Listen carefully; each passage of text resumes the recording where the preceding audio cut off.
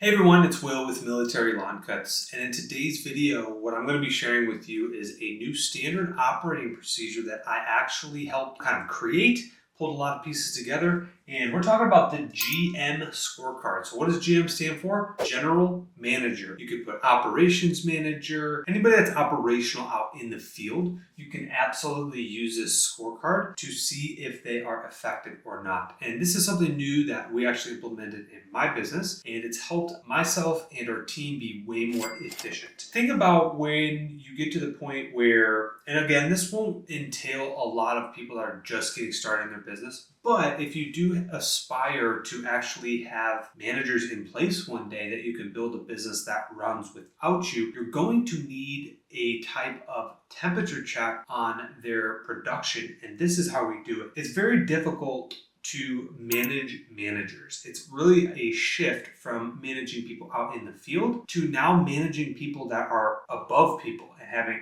other layers of management in your organization. The number one biggest problem that I see that we run into is really time management when it comes to these salary type positions. For those of you that don't know, my name is Will. My wife and I, we own 2 lawn care companies, and we'll do roughly about just shy, or if not about $1 million in sales this year. We are at the point where we are now managing managers, and so hopefully this helps. I promise you, if you watch this all the way till the end, you will have a good grasp on how to identify whether or not your manager is productive or not. The very first thing on our scorecard is going to be how much work are they doing in a 40-hour work week. What that basically means is what we do is we go off of really budgeted hours in our business. An average hourly budgeted hours would be about 30. So like if you divide 30 by 40, that would be roughly 75% of their day is spent doing something productive. If that number starts to get below 30, it's like, okay, what are we spending our time on? Because there's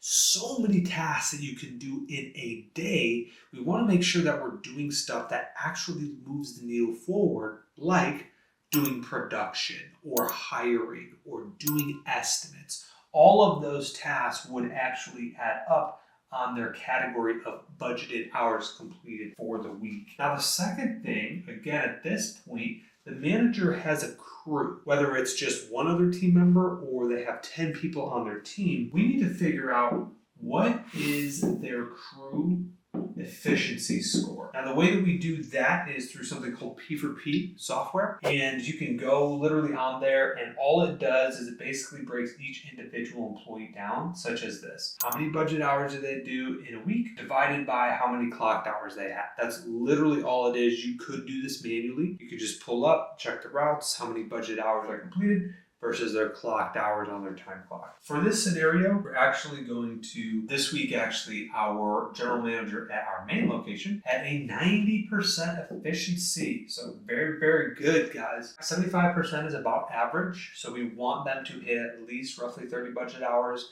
whether it's a general manager or whether it's a field member out in the field, that would get them to about 75%. So really anything above like 90 plus is outstanding. That's when you know they're doing exactly what they're supposed to and a bit beyond that. And the third thing is going to be number of yellow slips. So the reason why we need to track this each week is because attrition rate is something that will kill your business. Everybody wants to go find the next new customer. Everybody wants to gain sales and get new leads and get more jobs on the route. But guess what? If your team's doing a poor quality of job and they're getting a lot of complaints and the customers are going out the back door, it makes no sense. Stop trying to get new customers. Take care of your existing ones and stop losing. That is like what I've seen the biggest hole in the bucket of your business. Guys are like spending $10,000, $20,000, $30,000 a year in trying to get new customers, but yet they're half of their business. More than half of their business, 60-70% of their customers are leaving each year. It's like, okay, look, we need to stop going and get new ones. We need to fix the bucket now. So what we like to do on the yellow slips is 1 yellow slip per team member per week. If you break it down, let's say they're mowing, they can mow about 10 lawns a day. 10 times 5 days a week is 50 customers. Out of 50 visits, 50, we will allow you to get 1 complaint a week. Anything more than that is unacceptable in our organization because we want to make sure that we are providing quality standard service. Right? The last thing that we're going to track here is going to be number of weeks booked out. Now, when I am referring to this, I am not necessarily referring to like recurring services. Like that's easy. We know how many mowing jobs we have or weed control that we have, right? I'm referring to landscape jobs. There is a variable in your business that you will not most likely a lot of times have enough recurring jobs for all of your staff. We like to do is overhire plus 2 people, and then what we'll do is we'll fill in those plus 2 people with our landscape jobs. So in a scenario where everybody shows up, guess what? Those 2 extra guys are going to be put on landscape services. Our goal is to create a recurring business to where we don't have to go out and resell. Let's say you do $100,000 a year. I would rather have a business that I did $100,000 in all mowing and weed control versus a business that we did $100,000 in just one-time landscape jobs. Because in the new year, I don't have to go out and sell $100,000 worth more of landscape jobs. If they're mowing and weed control, they're recurring. I have them annually. They're annual clients. You sell them one time and you're there over and over and over again of the lifespan of the customer. Getting slightly sidetracked here. You guys need to keep me on pace here. Leave in the comments. Say, Will, stay on track. What I like to see is nothing less than 2 weeks booked out. 2+ is what I would like. 2 to 3 is good. Anything less than 2, if you're at 1 or less, not good. All right. And then number of yellow slips, I guess it would be 1 per employee. Once you get your scorecard, figure it out. This is, again, we're managing managers here. What I like to do down here, we'll actually switch colors to kind of break this up, is most important priorities. I like to sit down because not every week these are going to be in the A categories, which I'll go in at the end here. After this, we'll go in and say, okay, what is an A, what is a B, what is a C, and what is a D? How do we rate, actually give them a rating for them? Not all of these are going to be A's every single time. You may have some C's, which means needs improvement. You may have B's, which means they're doing exactly what they're told. So we need to know what is the number 1 and number 2. You won't always have 2 tasks, but what are the most important tasks that we're going to focus on this coming week to make sure that we're hitting as close to our A categories on all of these as possible? So a lot of the times, what I see, in fact, I was just doing a coaching call this morning with one of our GMs, and they ended up having, I think, like 23 hours here for the week. But we're actually focusing on this week because we're 2 to 3 weeks booked out on landscapes, which we're good. But this one was lacking a little bit. So we're like, hey, what if we help the team do some more budget hours out in the field? So this one would be actually assisting in doing some landscape jobs, some basic ones that they could help, be a producer and help catch up on some of the landscaping jobs, because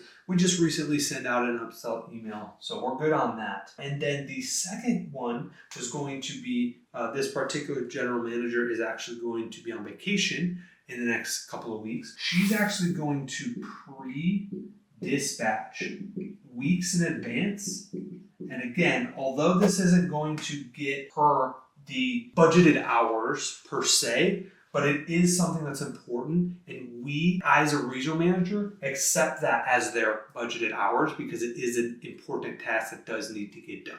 Like if she doesn't dispatch, we don't make money. And so to me, as managing a manager, although they can't be productive all the time because they have administrational tasks that are very important, like dispatching and scheduling, like doing estimates and things like that. But what you want to do is categorize a certain number of budgeted hours for that task for the week. It's clear, cut, and dry. She gets 45 minutes a day, every day, to dispatch and schedule because she has like 6 trucks that go out. And it's a lot of moving around and she has to email the customers and things like that. Hopefully this helps. I'm actually going to show you guys how to break this down.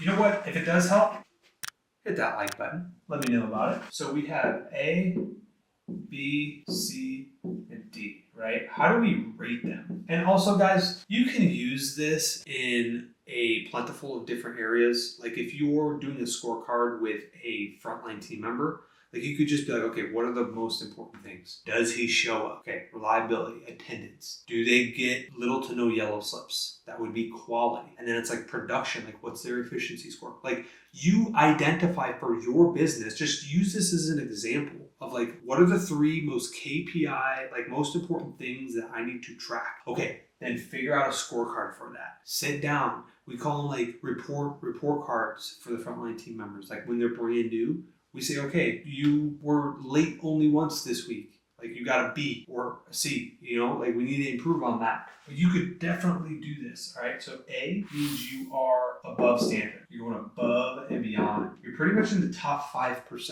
How many people are there if you get an A? B means you're doing exactly what is asked. Like A, you're supposed to be here on time. You're here every time, every day on time. In the attendance category, if you wanted to get an above standard, it'd be like, okay, you're showing up 30 minutes before your shift every day and you're having your truck ready before like most people are even here. You're going above standard. Great job. But if they're here 5 minutes early every single day, great. You're doing exactly what you're supposed to. C means you need improvement. So there are some times where a general manager will get a rating of a C, and we just make it very clear that we must see improvement next week. Like we have to see these numbers get better. We have to. Otherwise, it may not make sense to continue the relationship if these numbers are continually going down and down. Just being very clear, transactional. This is business, right? It's not emotional. You don't need to get your emotions into this stuff. D is basically what a D is. It's unacceptable. I, to be honest, have not had somebody get a D yet. I'm sure it will come one day, but they're probably at that point getting written up and basically on the verge of like, hey, if this doesn't get fixed immediately, like you probably won't be here long. That is how we categorize that. And then I want to show you this one last thing, what we'll do here. So an A would get you 3 points, a B would get you 2 points, a C would get you 1, and D would get you 0 points.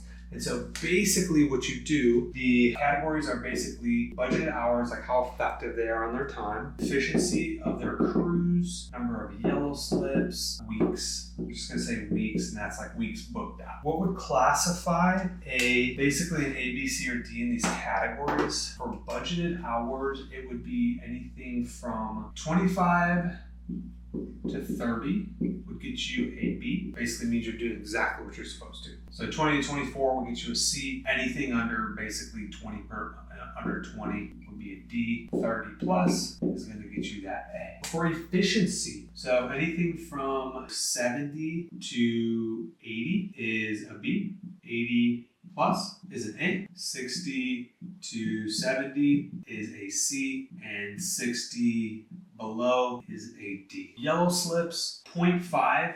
I'm going to say 0.5 per employee each week. So that basically means they get 1 every 2 weeks. Or let's say you have like 10 employees and you only have 5 slips. If you divide 5 divided by 10 or vice versa, that would get you a yellow slip, 0.5 per person. And that would get you an A. 1 slip per would get you a B. And then 1.5 per would get you a C. And then 2 is just absolutely unacceptable. And then as far as the weeks go for landscape jobs, anything from, 3 weeks is a B. That means you're doing exactly what you're supposed to. If you're 4 weeks booked out, this is a good thing. That means you have good demand. This is going to be an A, and then 2 weeks is going to be basically a C, and then 1 week is a D. Like we need to improve this. We need to upsell. We need to get out there, start cranking out estimates. So guys, hopefully you found value in this video. If so, hit that like button. And I'm curious for anybody that is managing a manager, what you do. Like, how do you track to know if your general manager is doing what they're supposed to? So back in the day, we actually hired a general manager before, and we were so unorganized. We didn't have something like this. We didn't have a GM scorecard, and it was horrible. Like, we were in the D category on basically probably every single one. I didn't know that. He didn't know that. None of us knew that because we were disorganized, and we didn't have a strategy. We didn't have an approach. 100% my fault, 100% our fault as owners, and lack of leadership, lack of management. And so this is how we get better. Hopefully this helps, and we'll see you guys in the next video.